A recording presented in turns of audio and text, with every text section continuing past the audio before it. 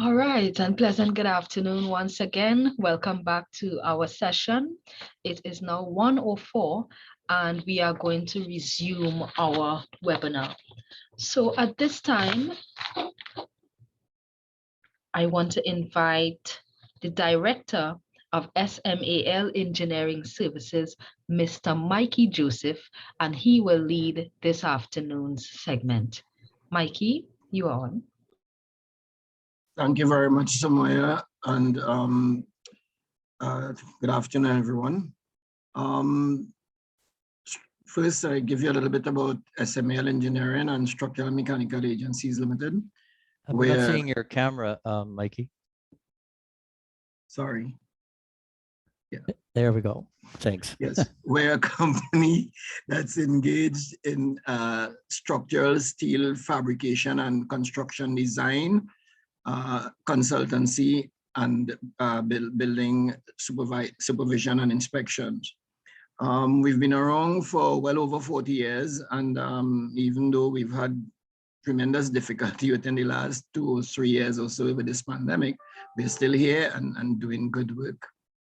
My presentation today, it's twofold. One is on site selection, and the other is on superstructure construction, both of which are very, very essential to building a resilient structure.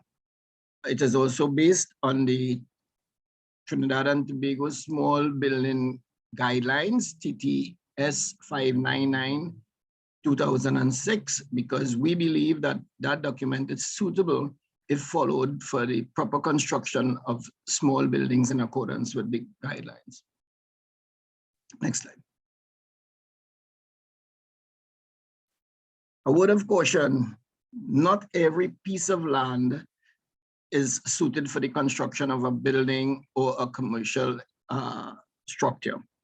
Some lands are just best suited to be left alone or to be used for agriculture and other natural purposes. The selection of adequate site is very important because it determines the cost you're going to have to incur in constructing a building, whether it be a home, whether it be a commercial enterprise, or whether it be a school. It determines whether or not the structure is going to last its useful life and how it would perform, and it also determines the safety of the occupants during the lifetime of the structure. Next slide. There are both positive and negative aspects of a site. So we could look at the negative aspects of the sites first. Sorry, the positive aspect of the site first. The site must be approved. And once you get in land on approved sites where it's basically flat or slightly towards where the main drainage systems are, you have access to electricity, the utilities in general, you have road access, that is a very good site. Sites approved by Town and Country and properly well registered makes your land title also better. Next slide. An example, this is a fairly good site, is on elevated land. If you look far to the far left corner, you'll see a utility pole, there's roads, and the site has water. Next slide. Soil, we need to look at the type of soil when we purchase land. The bearing capacity of the soil determines the size and the cost of the foundation. So it is very important that when you're gonna purchase land or you intend to build, you do soil test, which sometimes can be some simple excavation test where you check the density of the soil, the type of soil it is. And from that, the designers will have a good idea what is required. Site should also have natural lighting and have a lot of breeze because it's important.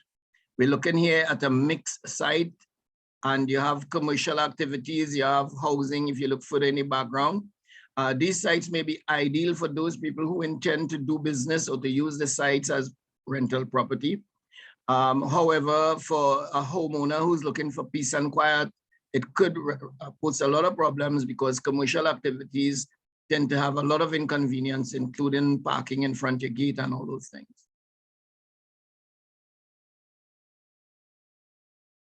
Common facilities, transportation, close to shopping areas, housing areas that are relatively quiet so that at the time at night you can rest properly. During the day, if you wish, you can rest properly.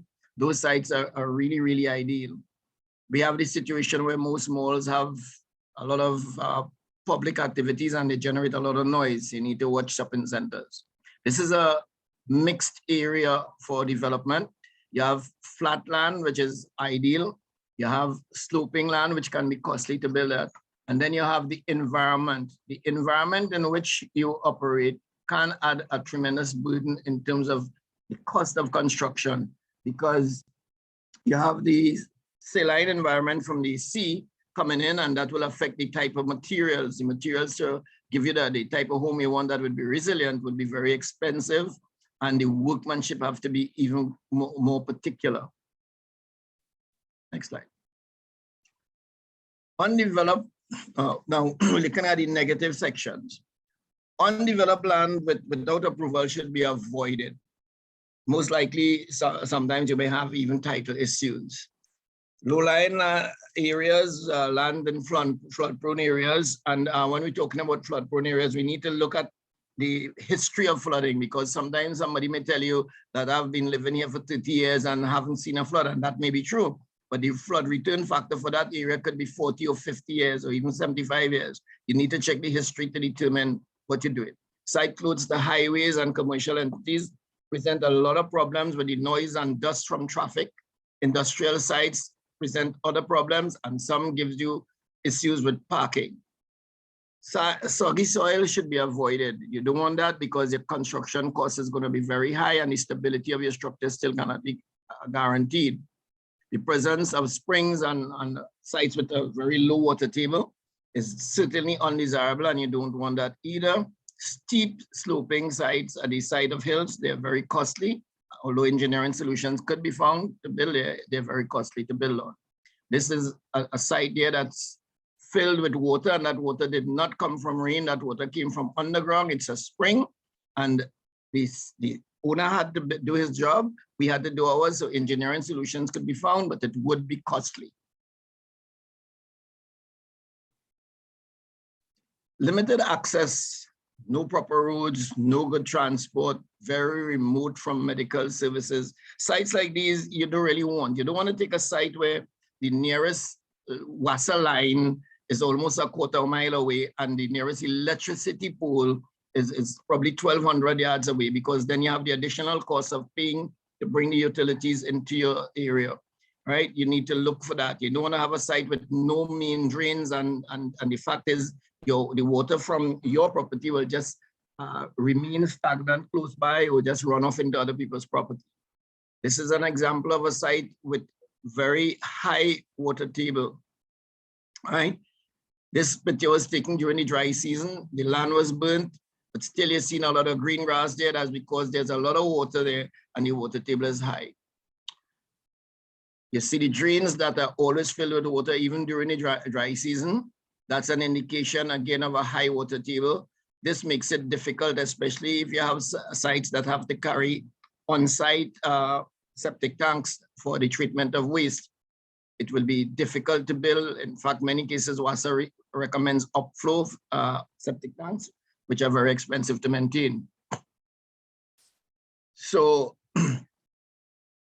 selections of, sorry, excuse me. It's not always possible to have an ideal site, but if you're gonna be building a home, you need to look at what it is you want, and you need to look at what it is you're willing to invest in it, because you must follow the proper construction methods if you want your structures to last, and you have to be prepared to meet the cost, and it starts with finding a site that would allow for the least cost of construction design. Next slide.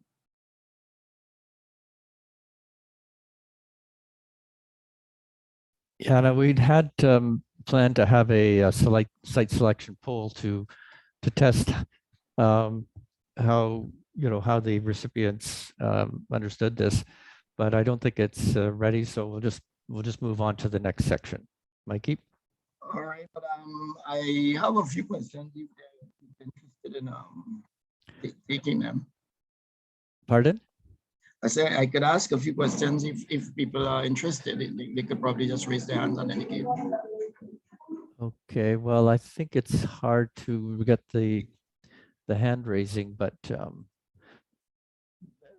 do you want to All right, why so don't you we ask a question continue. and then give the answer? Yeah, we continue. We So continue on how to raise the questions at the end. okay, fair enough then. Yeah. All right, so now I'm going to talk about the TTBS standards in terms of a site selection. The TTBS TTS 599/2006 4.5.1 preliminary investigations. This tells you what type of inspection need to be done on your sites before starting construction. There's also a chapter that tells you what type of inspections you need to do before even drawing your plans. It provides details of all the preliminary investigations, statutory approvals, everything in a complete checklist so you could start working the right way. Next slide. So we're going into the superstructure construction. And it is my hope that I did make sense. I know I moved quickly, but it is my hope that I did make sense with the site selection process. Again, we're relying on the TTS 599/2006 because we believe that the code and guidelines there, it's very suitable for building a resilient structure if followed properly. The superstructure of a building is that part of the building that starts with the substructure, which is really the foundation. The foundation is required to be built in accordance with the soil, the area of the building you want. And these days, we know we have a lot of people who like large spans. And when you go to large spans, you may even work outside of the code. When you're looking at spans 16 feet, 20 feet, then you need to get a professional engineer to do your designs based on your soil type, based on what the purpose of the building is required, so that all will be well. And this consists of everything from the foundation, straight from above the foundation, straight to the parapet walls and the roof. Next slide. One of the most important elements of the construction is reinforcement. And the reinforcement is basically the life of everything, because concrete is very strong, but the strength of concrete is in compression. The reinforcement is what allows the loads transmitted by the building and natural forces to be placed onto the structure in a form that will compress the concrete in general and allow it to withstand the load and stay there. So the size, type, and placement of your reinforcement is very, very, very important. All right. So once you come out from your foundation, which you're seeing there, this is a shallow foundation, but it was designed for that purpose based on what it's supposed to do. You will generally continue with your superstructure in a quite stable way. Next slide.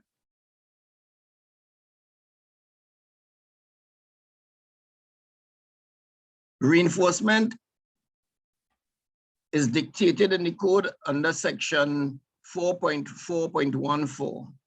They provide the standard strengths and guidelines for reinforcement in terms of what you should use and what is expected from its performance. However, there are other parts of the code that deals with the foundation, deals with the columns, that deals with your lintels, that deals with your roof beams, if those roof beams happen to be from concrete.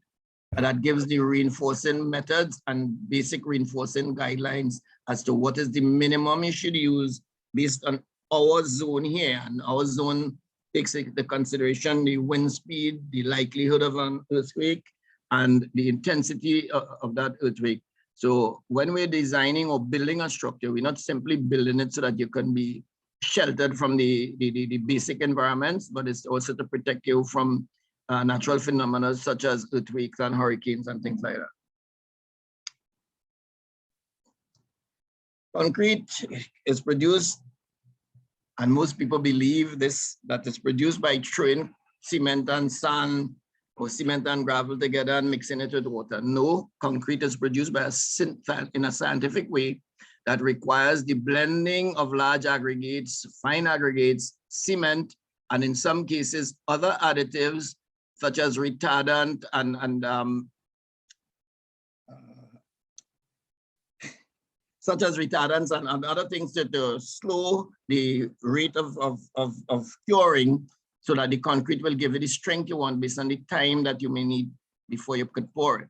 So it's done by mixing it with clean water in a batching plant for large amounts and on site using a concrete mixer, which is, we call here a ransom, or by hand where you have to prepare a particular bed and area to mix the concrete in. The concrete is very scientific and the schedule for mixing concrete is in the guidelines that you should become familiar with.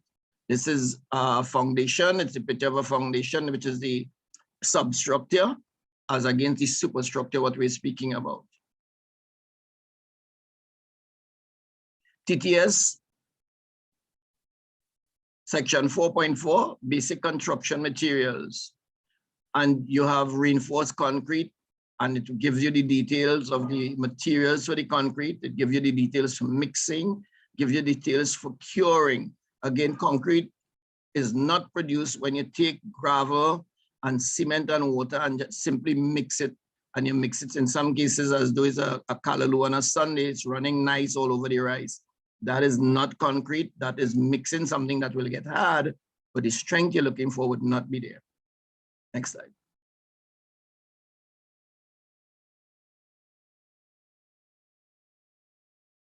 The reinforcement, the concrete and the reinforcement are generally placed in forms, all right, so that will maintain the shape of the building that you're gonna be building. Therefore, the quality and placement of reinforcement and the mixing placement procedures used together with the alignment of the formwork is important. If you are to be building structures in a resilient way, according to the purpose, you would have to use very, very huge amounts of reinforcement, and the formwork must be able to support that. So this is a picture of walkover structure. This is the ramp. You would notice it's very robust and it have to be built in case vehicles crash into it. It wouldn't collapse and cause people to be injured. And you would see the support of the formwork underneath there, which are very robust and regularly placed. Next slide. Concrete must also be compacted and it must also be cured properly. Compaction of concrete. A lot of people think that they put the concrete in the form and the guy walk around with a hammer and he tap it twice, bang, bang, bang.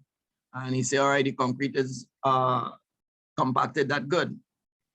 Air in concrete is a very dangerous thing. And the compaction of concrete is to remove the air bubbles so that you'll get a solid stone. To achieve that, there's something called a concrete vibrator, which most people may refer to as a poker because that's the end, like a pencil that we use to insert to get the vibration going. There are particular ways you should use this. You should not use the vibrator onto the steel because in so doing, you causes what they call segregation, where the large aggregates will move away from around the steel. And what you would get there is a weakened section right where your reinforcement is supposed to be playing a major role around good solid concrete. You shouldn't vibrate the formwork either because the formwork, one, could collapse, and two, it causes some of the same segregation in a different way. But it's very dangerous using the formwork as a form of vibration because it can and will collapse. Next slide.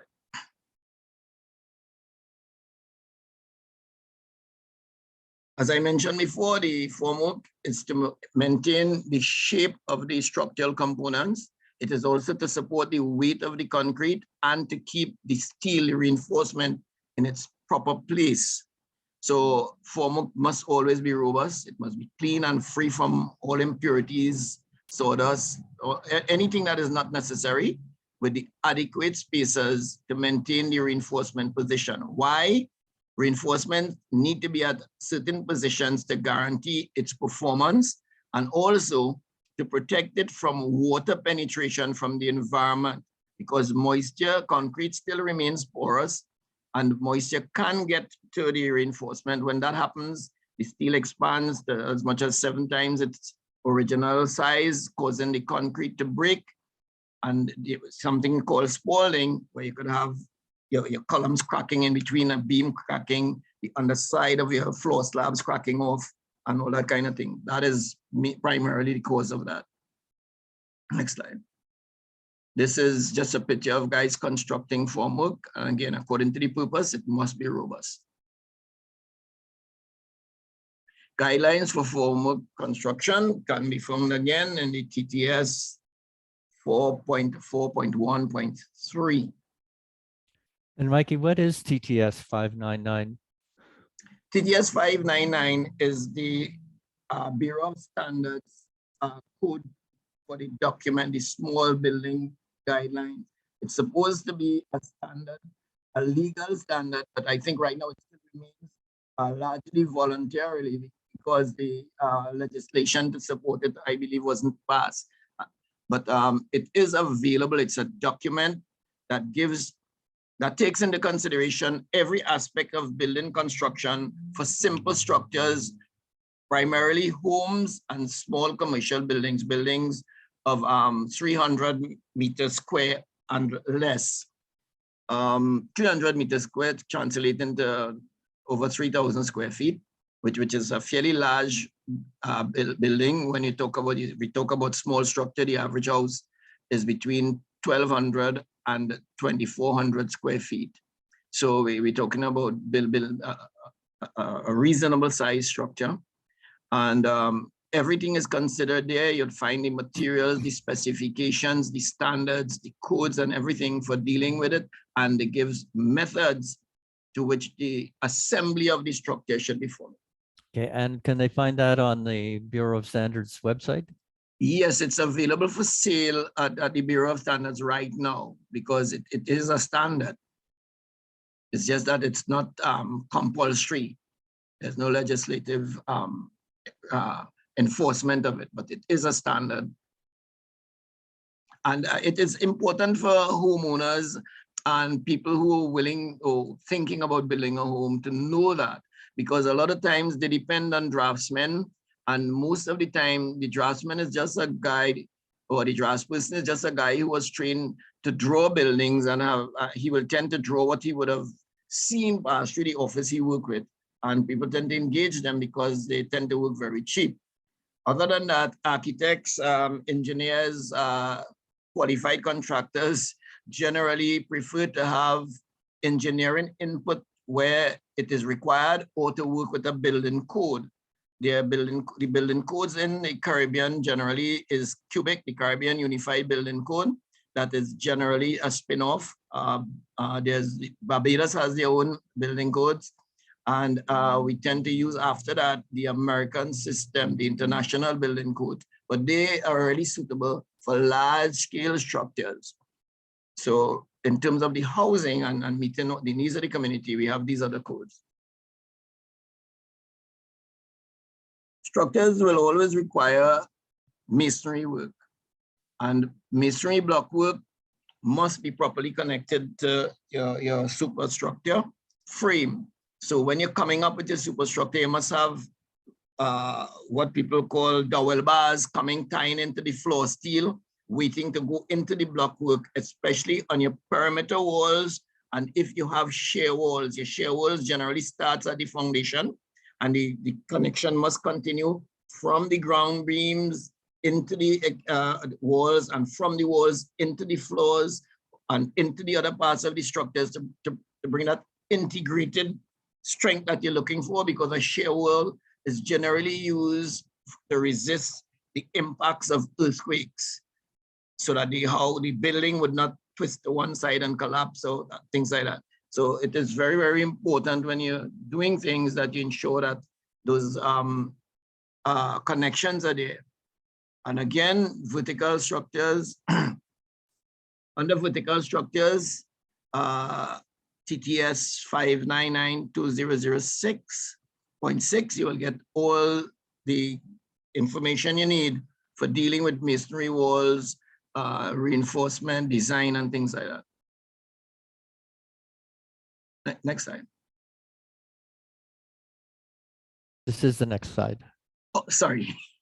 Sorry, as I mentioned before, structures, when you're constructing them and you're using load-bearing walls, they should be designed by an experienced professional, right? You need an engineer, you need a professional builder who've been in the business a long time, who've been qualified, because there are other building qualifications other than engineering. And also, when you want to go to the elaborate spans, as I mentioned before, anything over 10 feet by 12 feet in terms of column spans, you need to have a professional look at it to ensure that what you're doing is resilient enough so that in the event of an earthquake, in the event of a hurricane, right, your building is safe and sound, and you will be safe and sound in it. Typical. So we have some examples of corner reinforcements, which are very important in resisting earthquakes. This tie that you see at the corner there, it comes straight from the floor, and it is necessary even if it's a flat house you're building. It comes straight from the beam through the floor slab into the blockwork, and it's supposed to go straight up into the lintel so that you could have the lintel properly anchored and tied onto the structure. You also have the junction of the walls. You have the same issue because we don't always have proper tying of the blockwork, and we don't always get the blockwork and the filling of the blockwork with the grout working properly.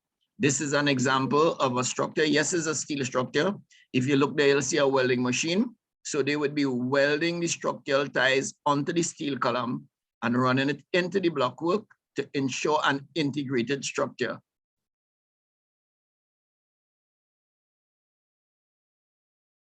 Except a building is designed from structural steel, where generally you'll have an engineer give you a good design. Special attention must be placed on the attachment of the roof to the superstructure. And we can't say that too much, and I'm sure Terry will have something to say about that later, but it's very, very important. This section, TTS 5992006-8, roof assemblies, give details on the guidelines for construction of roofs from wood, from structural steel, and even concrete beams. So you'll get everything into that guideline so that you'll understand what is the minimum you're supposed to have. Here we're looking at one of the best designs in resilient roofs, which is the hip design. Yeah.